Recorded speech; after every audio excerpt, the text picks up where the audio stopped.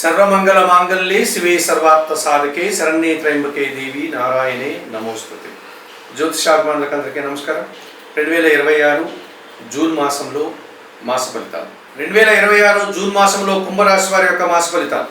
ఈ కుంభరాశి వారికి 3 గ్రహాలు అనుకూలంగా సంచరిస్తున్నాయి. 30 నుంచి 40% శుభఫలితాలకు అవకాశం ఉంది. 2026 జూన్ మాసంలో కుంభరాశి వారికి కుజుడు, బుధుడు, శుక్రుడు అనుకూలంగా సంచరిస్తూ 40% శుభఫలితాలను అందిస్తున్నారు. అలాగే 2026 జూన్ మాసంలో 5 గ్రహాలు అనగా రవి, గురువు, శని, రాహుకేతువులు ప్రతికూలంగా సంచరిస్తూ 60% ప్రతికూల ఫలితాలని, వ్యతిరేకతల్ని, ఆటంకాలని, నష్టాలని ఇచ్చే వాతావరణం ఉంది.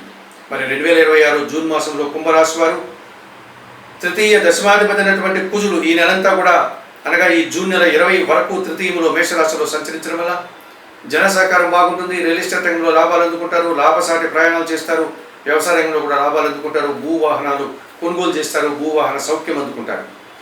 పంచమ అష్టమాధిపతి అయినటువంటి బుధుడు ఈ నెలంతా ఈ జూన్ నెల 22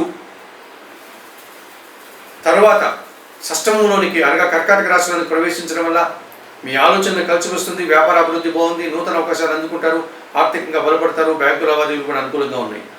చతుర్థ భాగ్యాధిపతి అయినటువంటి శుక్రుడు ఈ నెల సగం వరకు కూడా పంచమంలో మిథున రాశిలో సంచరించడం వల్ల సృజన సహకారంతో కుటుంబంలో శుభ కార్యక్రమాలు నిర్వహిస్తారు, విందు వినోదాల్లో పాల్గొంటారు, వివాహ శుభ కార్యక్రమాల్లో మీరు కీలకమైన వ్యక్తిగా మారుతారు, వృత్తి ఉద్యోగ వ్యాపారంలో కూడా అభివృద్ధిని సాధిస్తారు, ఆత్మీయులతో కలిసి ఆనందంగా సంతోషంగా పనిచేస్తారు.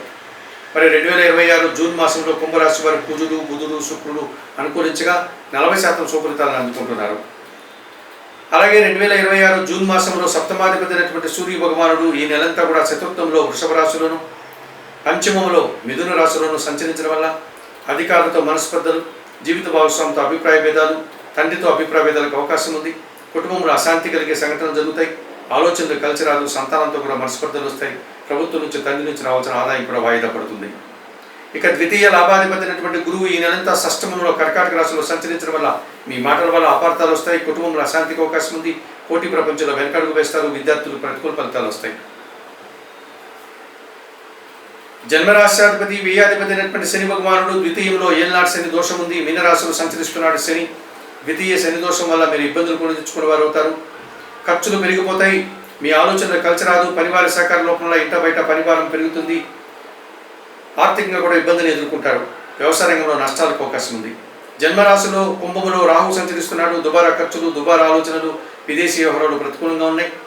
సప్తమంలో సింహరాశిలో కేతు సంచారం వల్ల జీవిత భాగస్వామి విషయంలో కానీ, వ్యాపార భాగస్వామి విషయంలో కానీ, జనాలతో కానీ చాలా విషయాల్లో మీరు ఇబ్బందులు కొని తెచ్చుకున్న వారు శాంతిని కలిగించే వాతావరణం ఉంది.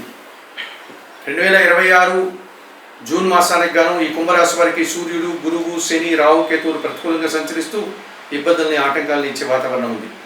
మరి తప్పనిసరిగా ఈ 5 గ్రహాలకి పరిహారాలు నిర్వర్తించుకోవాల్సిన అవసరం ఉంది.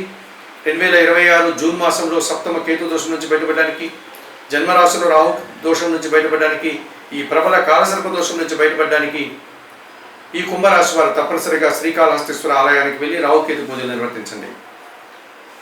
ఇక ద్వితీయంలో శని దోషం ఉంది, ఈశ్వరునికి శనివారం రోజు అభిషేకం నిర్వర్తించండి, లేకపోతే శనీశ్వర స్వామి దర్శనం చేసుకోండి, శనివారం రోజు గోగులకు ఆహార పానీయాలు అందించండి.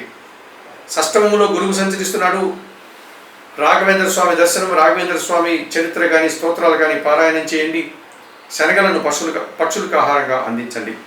చతుర్థంలో రవి దోషం ఉంది, ప్రతిరోజు ఉదయాన్నే నిద్రలేసి సూర్య భగవాన్ని దర్శించి నమస్కరించుకోండి, సూర్య నమస్కార ఆసనాలు చేయండి, గోధుమలు కానీ, గోధుమ పిండి కానీ పేదవారికి దానం చేయండి.